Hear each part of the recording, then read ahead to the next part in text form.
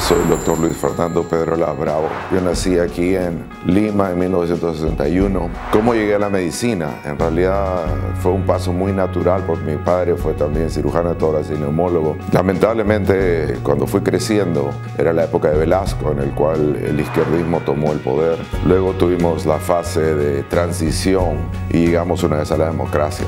Pero con la democracia lamentablemente llegó el terrorismo, llegó la crisis económica y considero que yo soy parte de lo que se considera la generación perdida de este país. El caso de la fábrica es un caso que definitivamente marcó un antes y un después dentro de mi personalidad, porque yo llegaba tranquilamente como jefe de cirugía al Hospital Cayetano Heredia y de repente me dicen: Luis, tenemos un baleado. En esos días era la cosa más usual, pero cuando ni bien evalúo el caso, entero que lamentablemente está en estado crítico. Lo llevamos a las operaciones inmediatamente. Estamos hablando 7:30 de la mañana más o menos, no hubo mucho tiempo de hacer muchas cosas. Lamentablemente el acto quirúrgico demoró más de 12 horas. Estuvimos abdomen, tórax, abdomen, y cuando salgo de sala de operaciones y empiezo a llevar a mi paciente personalmente a los intensivos quirúrgicos, que era mi forma de trabajar, estamos por entrar en los intensivos y de repente descubro con pena de que la gente se paraliza y no quiere entrar. Y mi paciente y la camilla y yo estamos en el corredor y le digo: ¿qué pasa? O sea, ¿qué pasó? Yo sabía que era un ataque terrorista, sabía que era una persona que obviamente quería ser eliminada por el terrorismo, pero no sabía lo que había pasado. Y ahí alguien me comentó: este es un gerente de la fábrica de mechas explosivos y lo quieren muerto. Están llegando amenazas ahorita al hospital para que el que maneje este caso puede morir. Y en ese momento me dio más que todo ira. Y dije: este paciente no muere bajo mi manejo. Y lamentablemente le dije: si ustedes no quieren entrar, no van a entrar. Pero yo sí lo voy a hacer. Esa noche manejé al paciente solo. Al día siguiente ya tuvimos protección. Era la primera vez que trabajaba con guardaespaldas en mi vida. Tenemos 5 o 6 guardaespaldas rodeándole de cuidados intensivos. Y en 2 o 3 días las cosas se estabilizó. Pero lamentablemente, dentro de esa semana, el terrorismo plantó una bomba en el estacionamiento del Hospital Cayetano Heredia para hacernos saber una vez más que lamentablemente seguimos en la mira. El problema es este, que es un problema ético y moral. ¿Cuál es mi rol? ¿Tener miedo al terrorismo o salvar una vida, que era mi labor? En ese sentido seguimos trabajando.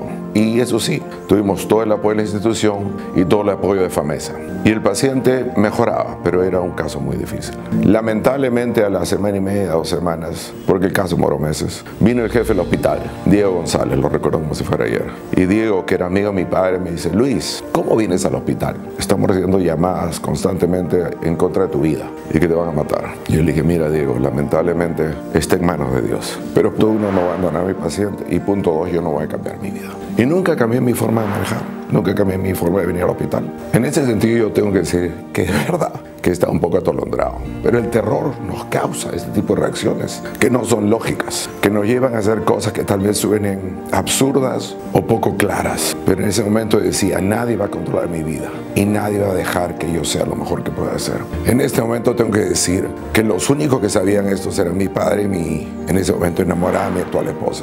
Y ellos dos sí sufrieron mucho por el temor de que yo salga y que tal vez nunca vuelva. En 1989-1990, cuando estaba un par de kilómetros de la universidad, de repente había un revuelo y veo en el otro lado, que es la carretera hacia Lima, porque estaba yendo al norte, veo un bus y el bus obviamente había sido atacado por los terroristas. Luego me enteré que había sido una bomba. Yo ya sabía lo que tenía que hacer, sabía que íbamos a tener mucho trabajo ese día, y lo que había sido era un bus de inteligencia de la Marina, que alguien se acercó y plantó una bomba cuando el bus estaba estacionado en una luz roja. Yo, en vez de estacionar donde siempre estacionaba y caminar, fui de frente a la emergencia con mi carro y me metí a trabajar. Lamentablemente esas son visiones de guerra que creo que nadie debe tener en su vida. Una de las cosas que más me ha impresionado y hasta ahora nunca olvidaré, el olor a la carne quemada por las explosiones de las bombas de los terroristas. Y obviamente teníamos muchos pacientes que atender de la manera más rápida y agresiva posible. algunos murieron, otros sobrevivieron, pero definitivamente hicimos lo mejor que pudimos. Y cuando teníamos lo que se llama actos de agresión masiva, no hay sistema médico que esté preparado para ello. A veces éramos sobrepasados por el número de pacientes y la necesidad médica que teníamos. Y ahí tenemos que hacer un triaje rápido de quién podía ser salvado y quién no. Pero esos son los momentos que a uno lo educan, lo calan y lo hacen pensar acerca de la vida. Y en realidad estos son los momentos en que uno tiene que levantarse a la situación y hacer lo mejor que se puede. Obviamente siempre hay momentos en que uno se arrepiente de no haber hecho más, pero como dicen, es de Dios. Y una vez más la famosa frase, se hace lo que se puede. Pero en esos momentos la ira, y es una cosa que tengo que recalcar, la ira que todo peruano sentía ante el absurdo momento y la pérdida de valores que teníamos, en mi caso, era intensa. Y yo no iba a permitir jamás que mi vida no tenga un propósito y que no pueda llegar a mis pacientes. Y jamás iba a tratar de cambiar por esto. Claro que al final, lamentablemente, por problemas no solo políticos, sino económicos, tuve que abandonar mi país que tanto adoro. Pero lamentablemente tenía que hacerlo por el futuro mío y de mi futura esposa. Y es así que llegué a Estados Unidos y la historia cambió. Pero como dicen siempre, uno se va del Perú, pero el Perú no se va de uno. Y en ese momento tengo que contar que cuando yo estaba en Nueva York, un americano, jefe de uno de los departamentos de medicina, tenía una visión muy absurda de lo que era Sendero Luminoso porque su hijo estaba en Suecia y en ese país apoyaban la revolución, si se puede decir la palabra, que nunca fue una revolución, fue una destrucción al país. Y tuve que sentarme a conversar con él 2 horas para hacerle ver el daño que se había causado a mi país. Yo recuerdo diciembre, era 1996 si no me equivoco, pero era diciembre y estábamos en una celebración de Navidad en la Universidad de la Florida en Gainesville. Uno de los jefes de la división de pluralidad se me acerca y me dice, Luis, ¿sabes lo que ha pasado en tu país? Y me contó la toma de la embajada de Japón en nuestro país, en Lima. Y de una manera muy cortés y clara le dije, mira Ed, esto solo tiene una solución. Y la solución va a ser que el ejército, las ediciones especiales del ejército van a entrar y van a acabar con el problema. Y me acuerdo Ed se quedó pálido y me dijo, Luis, ¿cómo dices esas cosas? Y los rehenes. Y le dije, ustedes no conocen las guerras y no conocen el terrorismo. En el terrorismo no hay rehenes, solo hay cadáveres que contar. Y le dije, mira, esto va a ocurrir, no sé qué día, no sé cuándo, pero algo similar va a pasar. Pasó una semana, lo vi a Ed de nuevo al hospital, llamó de burla y me dice, Luis, ¿y cómo va la embajada? Le dije, Ed, tenemos que tener paciencia. Roma nos hizo un día y los equipos especiales deben estar preparándose. Pasó más de un mes. Conversación muy similar, hasta que un día, y esto es de Dios, estaba trabajando Ed y yo en el hospital. Estábamos viendo pacientes y cuando estamos entrando al cuarto de un paciente para examinarlo, de repente hay un flash noticioso. El ejército peruano entra a la embajada de Japón. Yo volteo, lo miro a él, en ese momento blanco como un fantasma. Me dice, Luis, ¿y cómo sabías? Le dije, yo he vivido el terrorismo. Yo sé la solución al terrorismo. Y en una guerra de este tipo es como un tratamiento de cáncer. Si tú tienes un cáncer en la mano, muchas veces tienes que amputar hasta el hombro. Y lamentablemente ruego a Dios que ningún rehén haya muerto, pero es parte del precio de la democracia y la victoria en contra del terrorismo. Yo estoy opuesto a cualquier muerte, pero un terrorista muerto era un terrorista que no iba a matar más. Yo no estoy en contra de ninguna vida humana, yo protejo la vida humana, pero si esa vida humana quiere hacer daño a alguien más, es un momento de defensa personal.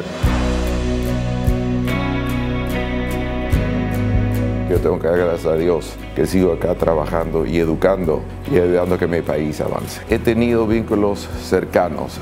Los primeros años que estaba en práctica académica en la Universidad de Florida, yo vine invitado a los congresos para neurología por lo menos 2 o 3 veces como expositor invitado presencial. Últimamente estoy recibiendo ocasionalmente alumnos de los últimos años de la Escuela de Medicina para rotar con nosotros, para que puedan reconocer la experiencia americana. Y esta es una historia muy bonita, 2017. ¿Por qué digo es una historia muy bonita? Porque yo le enseñé a mis hijas que sobre todo somos peruanos, a pesar de que mis hijas hayan nacido en Jacksonville, Florida. Y mi hija a los 10 años, es muy crítica, me dijo, papá, ¿por qué tú me dices que eres peruana si no hemos visitado Cusco? Y obviamente me puse en la situación, le dije, mira hija, tu hermanita es muy chiquita, en 2 años vamos a ir a Cusco. Y esta fue cumpliendo la promesa para demostrar que no solo somos peruanos, sino somos orgullosos de nuestro país. Pero eso te demuestra una cosa, que una vez más, uno sale del Perú, pero el Perú no se va nunca de uno. Y lo más importante, nosotros como padres tenemos la obligación de mantener nuestras raíces y nuestro origen cultural y hacer querer a nuestros hijos, nuestro país, como nuestro. Porque si tuviéramos eso, el Perú sería mucho mejor. El amor a la patria.